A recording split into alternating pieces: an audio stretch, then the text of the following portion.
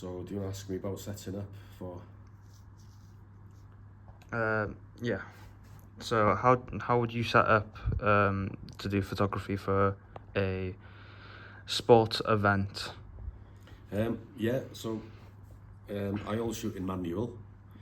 I guess with this you could, do aperture priority as well, but the aperture is because it's a low light situation in a boxing MMA event.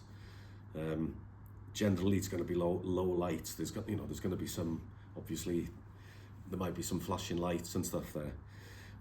So if you're using the kit lens, which is this one, you can only get down to f4, but it's a constant f4 through the zoom.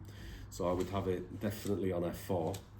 The other really important consideration is shutter speed. So, that could be from 200 up to 1000 to capture the motion. So then the only other variable there is the ISO. So I would put ISO on automatic, auto ISO, and then so you don't have to worry then about your settings basically. But you could experiment with changing the shutter speed depending on how much light you get there. You could see if you can get away with 200 or 320, something like that, and then if you have to take it up, obviously if it goes up to 1000, the payoff is with the ISO is going to go quite high in a low light situation, and the images that you get are going to be grainy and going to have a noise. You can, however, denoise in Lightroom, but it all kind of takes time. So something to consider as well, are you going to be shooting in RAW or JPEG? If you're shooting in RAW, then make sure you've got plenty of SD cards and plenty of storage space. Because another option as well would be to choose a burst mode, because it's, you want to get, good, action, and maybe just having a shot at the time isn't necessarily going to capture, like if they're really going for the kind of thing, then burst mode will certainly capture.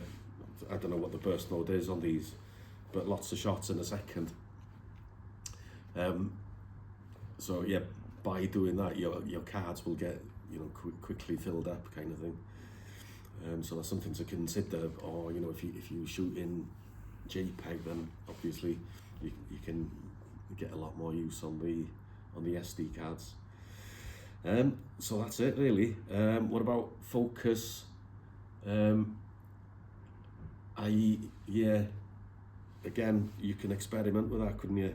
You can try the autofocus with, you can set up the autofocus. There's different settings in this camera, to focus on the boxes, and then, or with the, just the square in the middle where you focus. I was in a gym competition recently, filming photos and videos.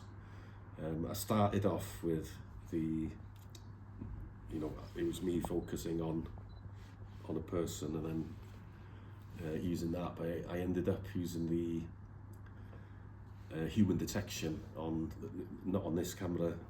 I've got a Lumix camera, and that worked really well for both video and photography.